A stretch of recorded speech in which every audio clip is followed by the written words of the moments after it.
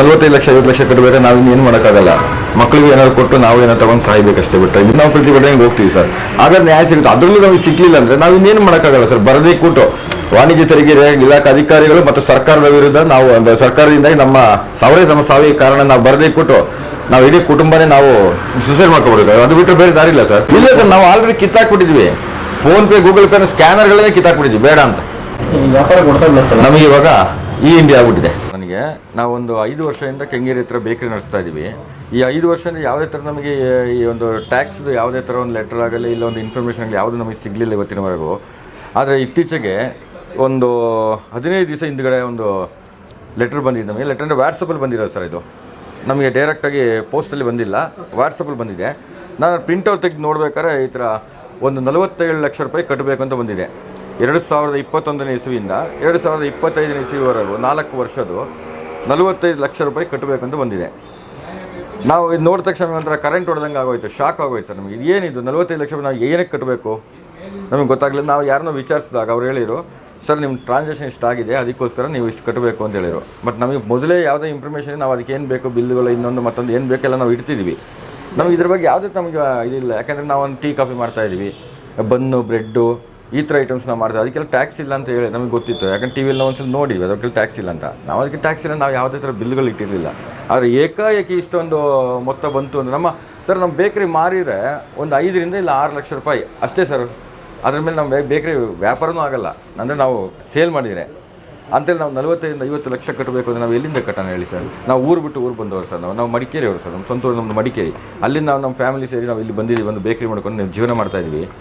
ಈ ಥರ 45 ಲಕ್ಷ 50 ಲಕ್ಷ ಕಟ್ಟಬೇಕಾದ್ರೆ ನಾವು ಇನ್ನೇನು ಮಾಡೋಕ್ಕಾಗಲ್ಲ. ಮಕ್ಕಳಿಗೆ ಏನಾದ್ರು ಕೊಟ್ಟು ನಾವು ಏನಾರು ತೊಗೊಂಡು ಸಾಯ್ಬೇಕಷ್ಟೇ ಬಿಟ್ಟರೆ ಇನ್ನು ಬೇರೆ ದಾರಿ ಇಲ್ಲ ಸರ್ ನಮಗೆ. ಸರ್ ನಮ್ಮ ಬ್ಯಾಂಕಲ್ಲಿ ಇವಾಗ 3 ಬಿಲ್ ಬಂದಿದೆ ಸರ್. ಒಂದರಲ್ಲಿ 46 ಲಕ್ಷ ರೂಪಾಯಿ ತೋರಿಸ್ತಾ ಇದೆ, ಇನ್ನೊಂದರಲ್ಲಿ ಬಂದ್ಬಿಟ್ಟು 58 ಲಕ್ಷ ರೂಪಾಯಿ ತೋರಿಸ್ತಾ ಇದೆ. ಇದು ಯಾವ ಥರ ಇವರು ಬಿಲ್ ಕೊಟ್ಟಿದ್ದಾರೆ, ಇಲ್ಲಿ ಎಷ್ಟು ಪರ್ಸೆಂಟ್ ಹಾಕಿದ್ದಾರೆ, ಏನು ಹಾಕಿದ್ದಾರೆ, ಇಲ್ಲ ಅವರಿಗೆ ಮನಸ್ಸಿಗೆ ಇಚ್ಛೆ ಬಂದಂಗೆ ಕಳಿಸಿದಾರೋ ಏನಂತ ಏನಂತ ಗೊತ್ತಾಗ್ತಿಲ್ಲ ಸರ್. ಇದ್ರ ಬಗ್ಗೆ ಸಿಗರೇಟು ಮತ್ತು ಸರ್ ನಾರ್ಮಲಾಗಿ ಸಿಗರೇಟ್ ಇಕ್ಕಿರ್ತೀವಿ, ಟೀ ಕಾಫಿ ಬ್ರೆಡ್ಡು ಬನ್ನು ಈ ಥರ ಐಟಮ್ಸ್ಗಳು ನಾವು ಇಕ್ಕಿರ್ತೀವಿ ಸರ್. MRP ಐಟಮ್ಸ್ ಅಂದರೆ ಇದು ಕುರ್ಕುರಿ ಅದೆಲ್ಲ ಬರ್ತದೆ ಸರ್. ಕೆಲವೊಂದು MRP ಐಟಮ್ ಇಲ್ಲ ನಾನು ಹೇಳ್ತಿಲ್ಲ, ಕೆಲವೊಂದು ಬರುತ್ತೆ. ಈ ಕುರ್ಕುರಿ ಐಟಮ್ಸ್ ಅದೆಲ್ಲ ಇರ್ತವಲ್ಲ. ಇಲ್ಲ ಐಸ್ ಕ್ರೀಮ್ ಇಲ್ಲ ನಮ್ಮ ಈ ಚಿಕ್ಕದೆಲ್ಲ ಐಸ್ ಕ್ರೀಮಲ್ಲೇ ನಾವು ಇಡೋಕ್ಕಾಗಲ್ಲ ಸರ್. ಅದೆಲ್ಲ ಇಟ್ಟಿಲ್ಲ ನಾವು. ಬೇರೆ ಈ ಟೀ ಕಾಫಿ ಅದು ಇದು ಬ್ರೆಡ್ ಮಿಕ್ಚರ್ಗಳು ತಂದು ಇಟ್ಟಿವಿ, ಕಡಲೆ ಮಿಕ್ಚರು ಈ ಥರ ತಂದು ಇಕ್ಕಿರ್ತೀವಿ ನಾವು. ಸ್ವಲ್ಪ ಒಂದು ಅರ್ಧಕ್ಕೆ ಒಂದೊಂದು ಕೇಸ್ ತಂದಿರ್ತೀವಿ. ಯಾಕೆಂದರೆ ಒಬ್ಬರು 20 ರೂಪಾಯಿ 10 ರೂಪಾಯಿ ಕೊಡಿ ಅಂತ ಕೇಳ್ತಾರೆ. ಮತ್ತು ಎಲ್ಲರೂ ಫೋನ್ಪೇನೇ ಮಾಡ್ತಾರೆ ಸರ್. ನಮಗೆ ಕ್ಯಾಶ್ ಇವಾಗ ಯಾರ ಕೈಲೂ ಇಲ್ಲ, ಕ್ಯಾಶ್ ಕೊಡ್ತಾ ಇಲ್ಲ ಯಾರನ್ನು. 10 ರೂಪಾಯಿನೂ ಸಮೇತ ಫೋನ್ಪೇ ಮಾಡ್ತಾರೆ, 5 ರೂಪಾಯಿ ಸಮೇತ ಫೋನ್ಪೇ ಮಾಡ್ತಾರೆ. ಈ ಫೋನ್ಪೇ ಮಾಡಿದಾಗ ನಮಗೊಂಥರ ಈಸಿ ಅಂತ. ಮತ್ತು ಇನ್ನೊಂದು ಸರ್ ಏನಂದರೆ ಈ ಸ್ಕ್ಯಾನರ್ಗಳು ಕೊಡ್ತಾರಲ್ಲ ಸರ್, ಈ ಪೇಟಿಎಮ್ಮು ಮತ್ತು ಗೂಗಲ್ ಪೇ ಫೋನ್ಪೇ ಮತ್ತು ಭಾರತ್ ಪೇ ಅಂತ ಒಂದು ಸ್ಕ್ಯಾನರ್, ಈ ಥರ ಸ್ಕ್ಯಾನರ್ಗಳು ಬಂದಿದೆಯಲ್ವ. ಈ ಸ್ಕ್ಯಾನರ್ ಅವ್ರು ಏನು ಹೇಳ್ತಾರೆ, ನಿಮಗೆ ಟ್ರಾನ್ಸಾಕ್ಷನ್ ಜಾಸ್ತಿ ಮಾಡ್ಕೊಳ್ಳಿ, ನಿಮಗೆ ನಾವು ಲೋನ್ ಕೊಡ್ತೀವಿ, ಕಮ್ಮಿ ಬಡ್ಡಿಯಲ್ಲಿ ನಿಮಗೆ ಲೋನ್ ಕೊಡ್ತೀವಿ ಅಂತ ಒಂದು ಆಪ್ಷನ್ ಕೊಡ್ತಾರೆ ಅವರು. ನಾವು ಅದು ಆ ಆಸೆಗೋಸ್ಕರ, ಯಾಕಂದ್ರೆ ಒಂದು ಸ್ವಲ್ಪ ದುಡ್ಡು ಸಿಕ್ಕಿ ಕಮ್ಮಿ ಬಡ್ಡಿ ಸಿಕ್ಕಿ ನಾವು 10% 5% ಬಡ್ಡಿ ತಗೊಳ್ಳೋ ಬದಲು ಇಲ್ಲಿ ಕಮ್ಮಿ ಸಿಕ್ಕಿ ನಾವು ನಮಗೆ ಅದು ಇನ್ನೂ ಹೆಲ್ಪ್ ಆಗುತ್ತೆ ಅಂತ ಹೇಳಿ ನಾವೇನು ಮಾಡಿದ್ವಿ, ಟ್ರಾನ್ಸಾಕ್ಷನ್ ಈ ಕೆಲವರು ಸರ್ ಬಂದ್ಬಿಟ್ಟು ಒಂದು 10,000 ರೂಪಾಯಿ 5,000 ರೂಪಾಯಿ ಫೋನ್ಪೇ ಮಾಡ್ತೀನಿ ಕ್ಯಾಶ್ ಕೊಡಿ ಅಂತಾರೆ. ನಾವು ಟ್ರಾನ್ಸಾಕ್ಷನ್ ಆಗುತ್ತಲ್ಲ ಅನ್ನೋ ಆಸೆಗೋಸ್ಕರ ನಾವು ಅದನ್ನು ಮಾಡಿದ್ದೀವಿ ಸರ್. ಇವರು ಇದಕ್ಕೆಲ್ಲ ಸೇರಿಸಿ ಒಟ್ಟಾಗಿ ನಮಗೆ ಇಷ್ಟೊಂದು ಟ್ಯಾಕ್ಸ್ ಹಾಕಿ ಇದು ಮಾಡಿದಾರಲ್ಲ ಸರ್. ನಮಗೆ ವಾಣಿಜ್ಯ ತೆರಿಗೆ ಇಲಾಖೆಯವರು ಈ ಥರ ಮಾಡಿದಾರಲ್ಲ, ಇದು ನ್ಯಾಯನಾ ಇದು? ಅಷ್ಟೊಂದು ಏನಕ್ಕೆ ಬಂದಿರ್ಬೋದು ಅಂತ ಅನ್ಸುತ್ತೆ. ಗೊತ್ತಿಲ್ಲ ಸರ್, ನಮಗೆ ಗೊತ್ತಾಗ್ತಿಲ್ಲ ಇದು ಏನಕ್ಕೆ. ಇವ್ರು ಏನು ಮಾಡ್ಯಾರ ಅಂದರೆ ಟ್ರಾನ್ಸಾಕ್ಷನ್ ಏನಿದೆ ಆ ಅಮೌಂಟ್ ಮೇಲೆ ಹಾಕಿ, ಆ ಅಮೌಂಟ್ ಮೇಲೆ ಹಾಕಿರೋ ಇಷ್ಟು ಬರಲ್ಲ ಸರ್. ಇದು ಆ ಅಮೌಂಟ್ ಮೇಲೆ ಹಾಕಿರೋದು ಇಷ್ಟೊಂದು ಟ್ಯಾಕ್ಸ್ ಬರಲ್ಲ. ನಾವು 4-5 ಕಡೆ ವಿಚಾರಿಸಿದ್ದೀವಿ, ಬಂದು ಎಲ್ಲರನ್ನೂ ನಾವು ಕೇಳಿದ್ದೀವಿ. ಈಗ ರವಿ ಶೆಟ್ಟಿ ಬೇಂದ್ರವರು ಸರ್ ಹೇಳಿದ್ದಾರೆ, ಇವಾಗ 25ನೇ ತಾರೀಕು ನಾವೊಂದು ಬಂದಿಗೆ ಕರೆ ಕೊಡ್ತೀವಿ ಅಂತ ಹೇಳಿದ್ದಾರೆ. ಅದರೊಟ್ಟಿಗೆ ನಾವೆಲ್ಲ ಸೇರಿ ಈ ಒಂದು ಬಂದಿನ ಇದು ಮಾಡ್ತೀವಿ. ಆಗಲ್ಲ ನಮಗೆ ಇದು ಅವರು ಬಿಡ್ತಾರೆ ನೋಡೋಣ, ಈ ಒಂದು ಟ್ಯಾಕ್ಸನ್ನು ಬಿಡ್ತಾರೆ ಅಂತ ನಾವು ನೋಡ್ಬೇಕು ಸರ್. ಬಿಡಲಿಲ್ಲ ನಾವು ಇನ್ನೇನು ಮಾಡೋಕ್ಕಾಗಲ್ಲ ಸರ್. ಯಾಕಂದರೆ ಮುಂದಿನ ವರ್ಷದಿಂದ ಬೇಕಾದ್ರೆ ಅವರು ಮಾಡಿ ನಮಗೆಲ್ಲ ತಿಳುವಳಿಕೆ ಕೊಡಲಿ, ಈ ರೀತಿ ನೀವು ಮಾಡಿ ಹಿಂಗೆ ಮಾಡಿ ಅಂತ. ಮತ್ತು ಇಂಗ್ಲೀಷಲ್ಲಿ ಎಲ್ಲ ಕಳಿಸ್, ನಮಗೆ ಇಂಗ್ಲೀಷ್ ಬರಲ್ಲ ಸರ್. ನಮಗೆ ನಾವು ಕನ್ನಡ ಓದಿರೋದೇ 8ನೇ ಕ್ಲಾಸ್ 9ನೇ ಕ್ಲಾಸ್ ನಾವು ಓದಿರ್ತೀವಿ, ನಮಗೆ ಇಂಗ್ಲೀಷಲ್ಲಿ ಅಷ್ಟು ಬರಲ್ಲ. ಇವರು ಇಂಗ್ಲೀಷಿಗೆ ಕೊಟ್ಟು ನಮ್ಗೆ ಏನು ಅಂತಲೂ ಅರ್ಥ ಆಗಲ್ಲ. ಅದು ಕನ್ನಡದಲ್ಲಿ ಕೊಟ್ಟು ನಾವು ಓದ್ಕೊಂಡ್ರೆ ಏನೋ ನಾವು ಮನವರಿಕೆ ಮಾಡ್ಕೋಬೋದು. ಇದು ಅದೂ ಇಲ್ಲ, ಇಂಗ್ಲೀಷಲ್ಲಿ ಕೊಟ್ಟಿರ್ತಾರೆ. ಈಗ ಏನಾದ್ರು ಆಫೀಸರ್ನ ಟ್ರೈ ಮಾಡಿದ್ರೆ ಕೇಳೋಕ್ಕೆ ಯಾಕೆ ಇದು ಮಾಡಿದ್ದಾರೆ ಅಂತ ಯಾರು ಸರ್? ಆಫೀಸರ್ಗಳನ್ನ ಇಲ್ಲ ಸರ್. ಆಫೀಸರ್ ನಮಗೆ ಫೋನ್ ಮಾಡ್ತಿದ್ದಾರೆ, ಬನ್ನಿ ಅಂತ ಹೇಳ್ತಿದ್ದಾರೆ. ಇನ್ನು ನಾವು ಅಲ್ಲಿ ಹೋಗಿ ಅವ್ರು ಬೇರೆ ರೀತಿಯಲ್ಲಿ ಏನಾದ್ರು ಇದು ಮಾಡಿ ನಮಗೆ ಒಂದು ಭಯ ಇದೆ ಸರ್. ಅದಕ್ಕೆ ನಾವು ಅಲ್ಲಿಗೂ ಹೋಗ್ತಾ ಇಲ್ಲ. ನಾವು ಏನಿದೆ ರವಿ ಶೆಟ್ಟಿ ಬೇಂದ್ರೆ ಸರ್ ಏನು ಹೇಳಿದ್ದಾರೆ ಅದೇ ರೀತಿ ನಾವು ಮುಂದುವರಿತೀವಿ ಸರ್. 23-24ನೇ ತಾರೀಕು ನಾವು ಏನಿದೆ ಹಾಲಿನ ಉತ್ಪನ್ನಗಳನ್ನೆಲ್ಲ ನಾವು ಬಂದ್ ಮಾಡೋಕ್ಕೆ ಅವ್ರು ಹೇಳಿ ನಾವು ಅದೇ ಥರ ಮಾಡ್ತೀವಿ. ಮತ್ತು 25ನೇ ತಾರೀಕು ಒಂದು ಬೇಕರಿಗಳನ್ನ ಬಂದ್ ಮಾಡಿ ಪ್ರತಿಭಟನೆಗೆ ಬರಲಿಕ್ಕೆ ಹೇಳಿ ನಾವು ಪ್ರತಿಭಟನೆಗೆ ಹೋಗ್ತೀವಿ ಸರ್. ಹಾಗಾದ್ರೆ ನ್ಯಾಯ ಸಿಗುತ್ತೆ. ಅದರಲ್ಲೂ ನಮಗೆ ಸಿಗಲಿಲ್ಲ ಅಂದರೆ ನಾವು ಇನ್ನೇನು ಮಾಡೋಕ್ಕಾಗಲ್ಲ ಸರ್. ಬರದೇ ಕೂಟು ವಾಣಿಜ್ಯ ತೆರಿಗೆ ಇಲಾಖೆ ಅಧಿಕಾರಿಗಳು ಮತ್ತು ಸರ್ಕಾರದ ವಿರುದ್ಧ ನಾವು ಸರ್ಕಾರದಿಂದಾಗಿ ನಮ್ಮ ಸಾವಿಗೆ ಕಾರಣ ನಾವು ಬರದೇ ಕೂಟು ನಾವು ಇಡೀ ಕುಟುಂಬನೇ ನಾವು ಸುಸೈಡ್ ಮಾಡ್ಕೊಬಿಡ್ಬೇಕು. ಅದು ಬಿಟ್ಟರೆ ಬೇರೆ ದಾರಿ ಇಲ್ಲ ಸರ್. ಕೊರೋನಾದಲ್ಲಿ ಸತ್ತೋದಕ್ಕಿಂತ ಹೆಚ್ಚಾಗಿ ಈ ಒಂದು ವಾಣಿಜ್ಯ ತೆರಿಗೆ ಇಲಾಖೆಯವರು ಕಳಿಸಿ ಈ ಒಂದು ನೋಟಿಸ್ ನೋಡಿಬಿಟ್ಟು ಸಾಯುವಂಥ ಜನಸಂಖ್ಯೆ ಜಾಸ್ತಿ ಆಗ್ತಾರೆ ಸರ್. ಖಂಡಿತವಾಗ್ಲೂ ಜಾಸ್ತಿ ಆಗ್ತಾರೆ. ಯಾಕಂದರೆ ಆ ಮಟ್ಟಕ್ಕೆ ಬಂದಿದೆ ಸರ್ ಒಬ್ಬರಿಗೆ. ನಾವು ಇಲ್ಲಿ ಬಂದು ನೋಡಿದಾಗ ಒಬ್ಬೊಬ್ಬರದ್ದು 80 ಲಕ್ಷ 1 ಕೋಟಿ ಗಂಟೆಲ್ಲ ಬಂದಿದೆ ಸರ್. ನಮಗೆ ಭಯ ಆಗ್ತಿದೆ ನೋಡ್ತಾ ಇದೆ. ನೆಕ್ಸ್ಟ್ ಇನ್ನೂ ಬರ್ಬೋದು ಅನ್ನೋ ಭಯ ಬೇರೆ ಕಾಡ್ತಾ ಇದೆ ಸರ್ ನಮಗೆ. ಅಂದರೆ ಸರ್ ಈಗ ಇದು 4 ವರ್ಷದ ಅನಿಸುತ್ತೆ. ಹೌದು. ಪ್ರತಿ ವರ್ಷ ಯಾಕೆ ಕಳಿಸಿಲ್ಲ ಅನ್ಸುತ್ತೆ ಸರ್. ವರ್ಷ ಸರ್ ಇವ್ರು ನಮಗೆ ಇವತ್ತಿನ ಏನೂ ಹೇಳಲೇ ಇಲ್ಲ ಸರ್. ನಮಗೆ ಈ ಥರ ಇದೆ ಅಂದರೆ ನಮಗೊಂದು ಏನಾದ್ರು ಅವ್ರು ಹೇಳಬೇಕು, ನಮ್ಮ ಗಮನಕ್ಕೆ ತರಬೇಕಲ್ಲ ಅವರು. ಒಂದು 3 ತಿಂಗಳು ಇಲ್ಲ 6 ತಿಂಗಳು ಇಲ್ಲ ವರ್ಷಕ್ಕೆ ಒಂದ್ಸಲಿನಾರು ನಿಮಗೆ ಇಷ್ಟು ಬಂದರೆ ಇಷ್ಟು ಕಟ್ಟಬೇಕಾಗುತ್ತೆ ನೀವು ಅಂದರೆ ನಾವು ಅದಕ್ಕೆ ಏನು ಬೇಕು ಆ ಥರ ನಮಗೇನು ತೆರಿಗೆ ಕಟ್ಟಕ್ಕೆ ನಮಗೇನು ಬೇಜಾರು ಕಟ್ತೀವಿ ಸರ್. ಮನೆ ಬಾಡಿಗೆ ಕಟ್ತೀವಿ, ಅಂಗಡಿ ಬಾಡಿಗೆ ಕಟ್ತೀವಿ, ಮಕ್ಕಳಿಗೆ ಸ್ಕೂಲ್ ಫೀಸ್ ಕಟ್ತೀವಿ. ಇದರೊಟ್ಟಿಗೆ ನಾವು ಅದನ್ನು ಕಟ್ಕೊಂಡು ಹೋಗ್ತೀವಿ ಸರ್. ಏನು ಮಾಡೋಕ್ಕಲ್ಲ, ಜೀವನ ಶೈಲಿ ಆ ಥರ ಬದಲಾದಾಗ ನಾವು ಅದೇ ಥರ ಹೋಗ್ತೀವಿ. ಬಟ್ ಇವ್ರು ನಮ್ಗೆ ಏನು ಹೇಳ್ತಾ ಇಲ್ಲ ಸರ್. ಇವರು ಯಾವುದೇ ರೀತಿಯ ಒಂದು ಇನ್ಫಾರ್ಮೇಷನ್ ಕೊಡೋದೇ ಇವರು ಏಕಾಏಕಿ ಈ ಥರ 40 ಲಕ್ಷ 50 ಲಕ್ಷ ಕಟ್ಟಿ ಎಲ್ಲಿಂದ ಕಟ್ಟೋಣ ಸರ್ ಹೇಳಿ. ಇದು ಸರ್ಕಾರ ಮತ್ತು ವಾಣಿಜ್ಯ ಇಲಾಖೆಯವರು ಮಾಡ್ತಿರುವಂಥ ದೊಡ್ಡ ಮೋಸ ಅಂತಲೇ ಹೇಳ್ಬೋದು ಸರ್ ಇದು. ಯಾಕಂದರೆ ಬಡವರ ಮೇಲೆ ಬ್ರಹ್ಮಾಸ್ತ್ರ ಬಿಟ್ಟಂಗೆ ಇವರು ಬಿಟ್ಟಿದ್ದಾರೆ. ಇವಾಗ ನಾವು ಎಲ್ಲಿಂದ ಕಟ್ಟೋಣ ಸರ್ ಇದನ್ನೆಲ್ಲ?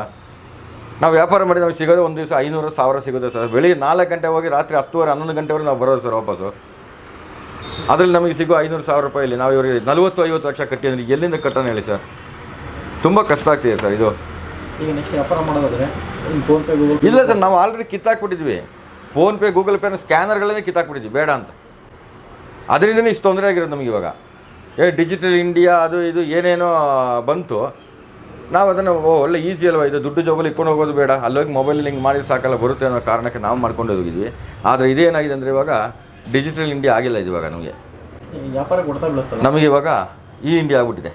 ಓಕೆ, ನೀವು ಯೂಸ್ ಮಾಡೋದು ವ್ಯಾಪಾರ ಕೊಡ್ತಾ ಆಗುತ್ತಲ್ಲ ಅದ್ರ ಮೇಲೆ ಸರ್. ಏನು ಸರ್ ವ್ಯಾಪಾರ ಕೊಡ್ತಾರೆ, ಒಂದು ದಿವಸ 1500 ವ್ಯಾಪಾರ ಕೊಡ್ಕೋದು ಸರ್. ಇದು ಲಕ್ಷ 40-50 ಲಕ್ಷ ಎಲ್ಲಿಂದ ಸರ್ ತಂದು ಹಾಕೋಣ? ಇಲ್ಲಾಂದರೆ ಬೇಡ ಸರ್, ಬೇಕ್ರಿ ಮುಚ್ಚಿಬಿಟ್ಟು ನಾವು ಎಲ್ಲರೂ ಬೇರೆ ಕಡೆ ಎಲ್ಲರೂ ಹೋಗ್ಬಿಡ್ತೀವಿ.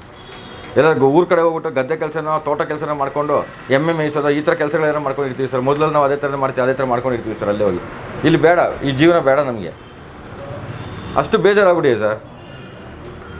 ಈ ಥರ ಒಂದು ಬೇಕ್ರಿ ಅವ್ರಿಗೆ ಗೊತ್ತಾಗಲ್ಲ ಸರ್. ಒಂದು ಸ್ವಲ್ಪ ಕಾಮನ್ ಸೆನ್ಸ್ ಬೇಡವ ಸರ್ ಅವ್ರಿಗೆ? ಒಂದು ಬೇಕ್ರಿ ಅವರು ಏನು ಮಾಡ್ತಾರೆ ಅಲ್ಲಿ ಇರ್ತದೆ. ಅದಕ್ಕೆ ನಾವು ಯಾವ ಥರ ಕಳಿಸ್ಬೇಕು ಯಾರಿಗೆ ಮನ ಬಂದಂತೆ ಕಳಿಸೋದಂದರೆ ಅಧಿಕಾರಿಗಳು ಈ ಥರನ ಮಾಡೋದು ಸರ್. ಅವರು ಓದಿರು ಸರ್, ನಾನು ಹೇಳ್ತೀನಿ ಸರ್. ಎಲ್ಲರೂ ಹೇಳ್ತಾರೆ ಓದೋ ಇರೋರು ಮೋಸ ಮಾಡ್ತಾರೆ, ಓದಿರೋರು ಖಡಕ್ಕಾಗಿರ್ತಾರೆ. ಆದರೆ ಇದು ಓದಿದವರೇ ಮೋಸ ಮಾಡ್ತಿರೋದು ಸರ್. ನಮ್ಮಂಥವ್ರು ಯಾವ ಮೋಸನೂ ಯಾರಿಗೂ ಮಾಡಿಲ್ಲ ಸರ್ ಇಲ್ಲಿವರೆಗೂ. ಎಲ್ಲೂ ಕೇಳಿದೆ ಓದೋ ಇರೋರು ಅನಕ್ಷರರು ಯಾರೂ ಇದು ಮೋಸ ಮಾಡಿಲ್ಲ, ಅಕ್ಷರಸ್ಥರೇ ಮೋಸ ಮಾಡ್ತಿರೋದು. ಈಗ ಸರ್ಕಾರದ ಬೊಕ್ಕಸದಲ್ಲಿ ದುಡ್ಡಿಲ್ಲ ಅಂತ ಹೇಳ್ಬಿಟ್ಟು ಪ್ಲಾನ್ ಮಾಡ್ತಾ ಇದ್ದಾರೆ. ಅದೇ ಮಾತು ಹೇಳ್ತಾ ಇರೋ ಸರ್, ಎಲ್ಲರೂ ಹೇಳ್ತಿದ್ದಾರೆ. ನಾವು ಅದನ್ನೇ ನಮ್ಮ ಮನಸ್ಸಿಗೆ ಅದು ಯಾಕೆಂದರೆ ಗ್ಯಾರಂಟಿ ಅಂದ್ಬಿಟ್ಟು ಹೆಂಗಸ್ರಿಗೆಲ್ಲ ಬಸ್ಸಲ್ಲಿ ಫ್ರೀ, ಮತ್ತು ಅಕ್ಕಿ ಕೊಡ್ತೀವಿ ಫ್ರೀಯಾಗಿ, ಅದು ಕೊಡ್ತೀವಿ ಫ್ರೀಯಾಗಿ, ಇದು ಕೊಡ್ತೀವಿ ಫ್ರೀಯಾಗಿ ಅಂದ್ಬಿಟ್ಟು ಈಗ ನಮಗೆ ಇಲ್ಲಿ ಇಕ್ಕಿರಲ್ಲ ಸರ್. ಲಕ್ಷ ಗಟ್ಟಲೆ ಅವ್ರಿಗೆ 2,000 ರೂಪಾಯಿ ಕೊಟ್ಬಿಟ್ಟು ನಮಗಿಲ್ಲಿ 20 ಲಕ್ಷ 30 ಲಕ್ಷ ಇಕ್ಕಿರಲ್ಲ ಸರ್. ನಮ್ಮ ಈಗ ನಮ್ಮ ಮನೆಯವರೆಲ್ಲ ಒಂದು ದೇವಸ್ಥಾನಕ್ಕೆ ಹೋಗ್ಬೇಕು, ಇಲ್ಲ ಅಲ್ಲೇ ಹೋಗ್ಬೇಕು, ಇಲ್ಲ ಹೋಗಿ ಬಸ್ಸಲ್ಲಿ ಫ್ರೀ ನಾನು ಹೋಗ್ತೀನಿ ಅಂತ ಹೇಳ್ಬಿಟ್ಟು ಅವ್ರು ಆಧಾರ್ ಕಾರ್ಡ್ ತೋರಿಸ್ಕೊಂಡು ಹೋಗ್ತಾರೆ ಸರ್. 50 ರೂಪಾಯಿನೋ ಇಲ್ಲ 20 ರೂಪಾಯಿನೋ 30 ರೂಪಾಯಿ ಟಿಕೆಟ್ ಇರ್ತಾರೆ. ಇಲ್ಲಿ ನಮಗೆ ಲಕ್ಷ ಇಕ್ಕಿರಲ್ಲ ಸರ್. ಇವಾಗ ಆ ದುಡ್ಡಿಗಿಂತ ಡಬಲ್ ಕೇಳ್ತಾ ಇದ್ದಾರೆ ನಮ್ಮ ಹತ್ರ. ತಿಂಗಳಿಗೆ 2,000 ರೂಪಾಯಿ ಕೊಡ್ತೀವಿ ಅಂತಾರೆ. ತಿಂಗಳಿಗೆ 2,000 ರೂಪಾಯಿ ನಾವು ಯಾರೂ ಕೇಳಲೇ ಇಲ್ಲ ಸರ್ ಅವ್ರ ಹತ್ರ. ಕೊಡಿ ನಮಗೆ ತಿಂಗಳಿಗೆ 2,000 ರೂಪಾಯಿ, ನಮ್ಗೆ ಏನೋ ಬಂದು ನಾವು ಕೇಳಲಿಲ್ಲ ಸರ್. ಆ 2,000 ರೂಪಾಯಿ ನೋಡಿ ಸರ್, ಇಲ್ಲಿ ಎಷ್ಟು ಹೇಳಿ 42 ಲಕ್ಷ ರೂಪಾಯಿ ಅಲ್ಲಿ ಕೊಟ್ಟು ಇಲ್ಲಿ ಕಿತ್ಕೊಳ್ಳೋದು. ಇದು ಯಾವ ನ್ಯಾಯ ಸರ್ ಇದು? ಕನ್ಸೆಷನ್ ಏನಾದ್ರು ಮಾಡೋ ಚಾನ್ಸಸ್ ಇದೆಯಾ? ಇಲ್ಲ, ಈಗ ರವಿ ಶೆಟ್ಟಿ ಬಂದಿರೋ ಸರ್ ಹೇಳಿದ್ದಾರೆ. ಅವರನ್ನು ನಾವು ಮಾತಾಡಿದ್ದೀವಿ. ಅದನ್ನು ಇಲ್ಲಿವರೆಗಿರೋದು ಏನಿದೆ ಅದನ್ನು ಎಲ್ಲ ಹಿಂಪಡೆದು ಮುಂದಿನ ವರ್ಷದಿಂದ ನಿಮಗೆ ಏನಿದೆ ಎಷ್ಟು ಏನೇನಕ್ಕೆ ಟ್ಯಾಕ್ಸ್ ಇದೆ ಅಂತ ನಾವು ಅವ್ರಿಗೆ ಒಂದು ಕಾರ್ಯಾಗಾರ ಮಾಡಿಬಿಟ್ಟು ತಿಳಿಸ್ಕೊಡ್ತೀವಿ ಅಂತ ಅವರು ಅಧಿಕಾರಿಗಳ ಹತ್ರ ಮಾತಾಡಿರೋಂಥವ್ರು. ಆ ಥರ ಮಾಡಿ ನಮಗೆ ಸರಿ ಸರ್, ನಾವು ಅದಕ್ಕೆ ನಾವು ಭದ್ರಾಗಿರ್ತೀವಿ ಸರ್. ಅದನ್ನು ಬಿಟ್ಟು ನೀವು ಕಟ್ಟಿ ಅಂದರೆ ಆಗಲ್ಲ ಸರ್. ನಮಗೆ ಕಟ್ಟಕ್ಕಂತೂ ಆಗಲ್ಲ.